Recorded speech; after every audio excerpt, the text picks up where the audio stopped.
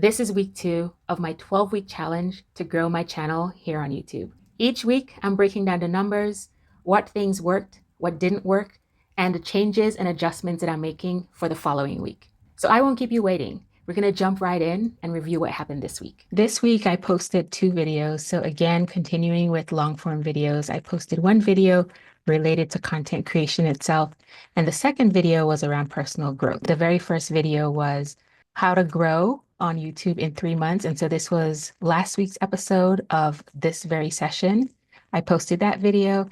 And then the second video was called How to Find Your Purpose. In terms of experimentation and things I tried in these videos this past week, I mentioned in episode 1 that I plan to experiment a little more with storytelling, less lecturing in these videos. And I was able to do that. I did it in the video about finding your purpose. I incorporated some personal storytelling in there with recent events that also brought in some of my travel experiences in the Caribbean. Another thing that I experimented with was transitions. I know the feature exists, but it's not something I've proactively used in my videos before. So it was actually fun. I enjoyed it. And one of the things that was a huge benefit in having transitions was by the time I got to uploading the video, it was very clear to see where those breaks were. So I could quickly find the timestamps for my description for the video. I think I'll continue to experiment with transitions and see how I can incorporate them in this video and then in future videos also. The third thing that I experimented with was using ChatGPT, using generative AI to help with the video description. And I also used it for keywords for the description, which then I brought in as hashtags for the video. If you do something similar in your process, I'd love to hear. If you're using generative AI in some way, let me know how you use it down in the comments. And if this is something that you would like me to elaborate more on, I'd be happy to do so. So let me know. I'll bring that into a future video. Now for some of the metrics in the past 7 days. Here you can see in terms of views, I had a total of 376 views. Now, this was substantially less than the prior 7 days. This was 46% less than the prior 7 days. And for watch time, I had 19.3 hours. And again, this was also almost half of what it was. So this was 45% less. And then lastly, for subscribers, I had 7 subscribers in the past week, which was 65% less than the prior 7 days. You can see the 2 videos that were posted here, how to grow on YouTube in 3 months, the very first episode, and then here you can see the video about how to find your purpose. You can see just the overall downturn when it comes to views, similar when it comes to watch hours, and then a big drop when it comes to subscribers on my channel in this past week. And now for some of the additional metrics. In terms of impressions, I had 10,655. This was 15,000 or so in the prior week, so this is down this week. And then for click-through rate, I had 2.5%. And also it's down. In the prior week, it was 3.2%. Then for average view duration, you can see it's 3 minutes and 12 seconds here. And this one is actually up from the prior week. The prior week was 3 minutes, 8 seconds. And then lastly, for average percentage view, I have 26.8% here.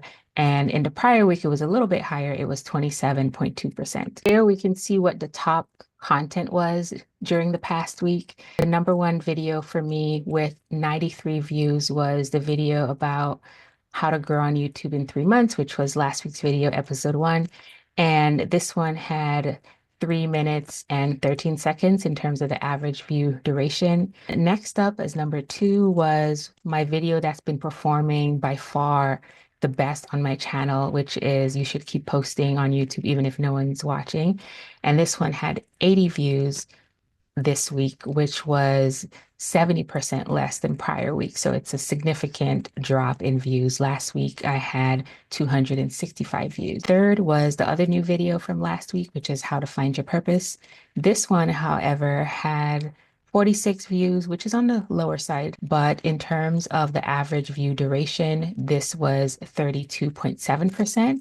And my goal during the next 3 months is to continue to increase this number, get it into the 30-40% range. So it was great to see that this video achieved that and it's within that 30% range. And the last 2 out of the top 5, number 4 here is what happened when I didn't keep posting. This has been the second video that's been performing well on my channel. And this one was also also down this week. I had 35 views here. That was 61% less than the prior week. Last week, that had 90 views. So it's a pretty decent drop. And then the last one is the recent video that I posted, which is YouTube is not on easy mode. So this one had 28 views in the last week. The average view duration, however, is looking good. It's in that 30% range at 32.9%. So there's something for me to learn here about why this one performed and then how my audience continues to watch a good portion of the video. So what things seem to resonate this past week with my audience based on the comments, based on the metrics, retention in particular? From what I can tell, based on the metrics, we can see this video, which was published in the last week, so far at the time of filming this has 95 views. So far, compared to the last two, it's doing well. So we'll see how it progresses. The next observation in terms of what seems to be going well is this other video about finding your purpose, this being the one that has a higher average view duration. I'll continue to monitor this and see how it's doing. Now, as far as the insights and what I can tell as to why some of these things are working, number one, I think the show and tell aspect of episode 1 of the growth journey video resonates with my audience. The content itself is very tactical. It's something that they can see the details as I'm showing my metrics and as I'm talking through the insights and the analysis as I'm interpreting them on my channel. The other aspect is just based on what the audience is telling me. So I got some feedback from audience members that they enjoyed the fact that I'm reviewing these metrics so early in the game. And I think that's important. Your metrics help guide you. They tell you how your content is performing. They tell you how it's resonating with your audience, what YouTube thinks about it, if YouTube is pushing it out to other people. So it's definitely a good idea to review and analyze your analytics as soon as possible and get a good understanding of what they are, what they mean, how you should be tracking them for your channel, and start defining what good means to you, just based on your size, based on what's normal for you, your audience engagement, and what things are happening on your channel with your content. So if this is something you'd be interested in hearing more about, getting into the specifics of each of the metrics, why track them, what they actually mean, let me know in the comments and I can include that in a future video. To that point, I got another comment from an audience member about how overwhelming the analytics are.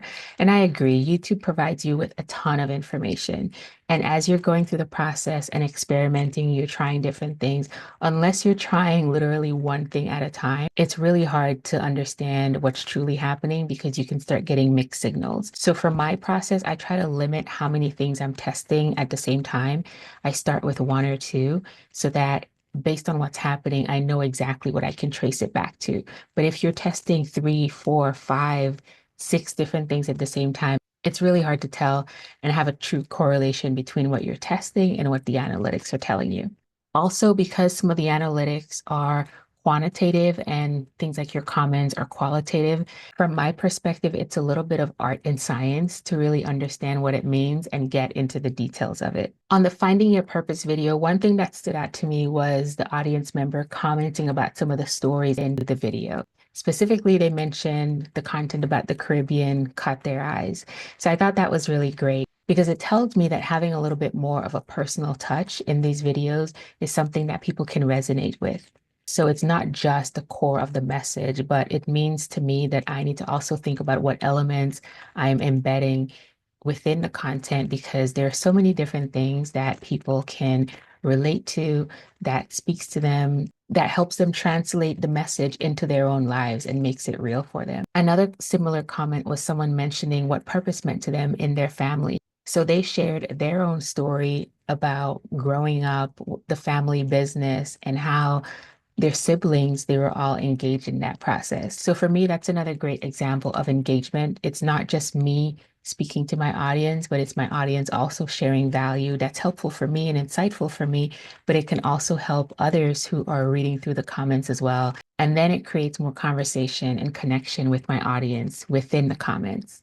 So it's not just me creating those connections, but it's me creating the space that allows my audience to interact with each other. The last point related to this and the Finding Your Purpose video is just the overall higher average view percentage. So that definitely stands out to me. And I think the storytelling element and the engagement is a big part of that. So now for what didn't work so well this past week. Well, one thing that stands out to me is the low view on the video about finding your purpose. Although the average view duration was high, the views itself on the video was only 46. Hopefully that will go up over time, but for the past week, I thought it was rather low. The other observation, which was something I saw across my channel, so not just these two new videos, but across all my videos in general, was just an overall channel slowdown. It felt super quiet on my channel in the past week, few notifications. Usually I'll see a lot more engagement and comments between videos, and this did not happen this past week. I also usually see subscribers a lot more frequently, every few days, if not every day, and that didn't happen. So there are multiple days where I didn't see any new subscribers. And overall, only seeing 7 subscribers on the channel is pretty rare in these past couple of weeks and even in the past couple of months. So why is this happening? If it's something with YouTube in general and the algorithm, maybe it's that, but I have no idea. Otherwise, I'm just looking at my content itself to see what else I can do and what could be causing the problem. So one of the things that comes to mind is the fact that I am batch creating these videos because it's efficient. It allows me to plan in one go, do the recordings, and then I can work through the editing and posting them in the upcoming week. But I wonder if that ends up turning into some kind of monotony for my audience. Although it's new content, a new video, a new concept or topic being discussed, maybe even a different theme, still, it probably appears that it's very similar from a visual perspective. The same wardrobe, similar looking thumbnail, even if all the elements and the content itself is different. So I wonder if my audience will see a new video pop up and in their mind, it looks familiar. It looks like the prior one that they viewed, and maybe they think that it's the same thing and they pass on seeing this new one. If you've been seeing some of my videos pop up and you've experienced something similar, I'd love to hear your perspective and your thoughts on this. So let me know down in the comments. One lesson learned here, which takes me back to my video that YouTube is not on easy mode, is that even if you're creating content, you still have to put in the work to make it exciting, make it novel for your audience, find different elements and ways to intrigue them, have elements of surprise. It's not just about showing up and creating the video and putting it out there in the same exact way. So I'll take that feedback for myself to go back and see what else I can do. How can I make some of these videos more engaging, look different, look new, be exciting for my audience? And if you have any ideas of what you do or things that you've seen, what kinds of videos excite you when you see it show up on your feed, let me know in the comments. I'd love to see what else I can do and how I can incorporate to improve my process. So what will I be adjusting going into the new week based on some of these learnings? One of the things that I'll definitely do that's within my control is as I'm batch recording is look for different ways to switch up my wardrobe. Even if I'm batch creating these videos, I can still add different elements of variety so that my audience sees that. Another thing is looking at different locations, not just sitting, talking head type videos, but maybe standing, maybe making videos outside, just switching up my location so that when I create the thumbnail, there's also that element of surprise, a different background, something interesting, something that can intrigue my audience. And to that point, the thumbnails, looking at different ways I can enhance it and improve it, change around the text, maybe play with the different text colors, but finding different ways that I can differentiate my videos, particularly when it comes to thumbnails, and make sure that they look different from each other. I'll continue to look at different ways that I can add more variety, and hopefully the algorithm wakes up. Hopefully my channel wakes up in this upcoming week. I will also try to find some different ways to continue the engagement before and even after posting videos. And I'll also look at creating at least one community post during the upcoming week. That way I can just have some additional engagement and something new and fresh to bring onto my channel and create some engagement. Thank you so much for watching. As always, this is an exercise in my consistency and learning as I'm going, being intentional about the process, and continuing to make all the iterations as I move forward. I don't want to wait until after the 3-month period to then start incorporating. I want to make sure I'm incorporating right now.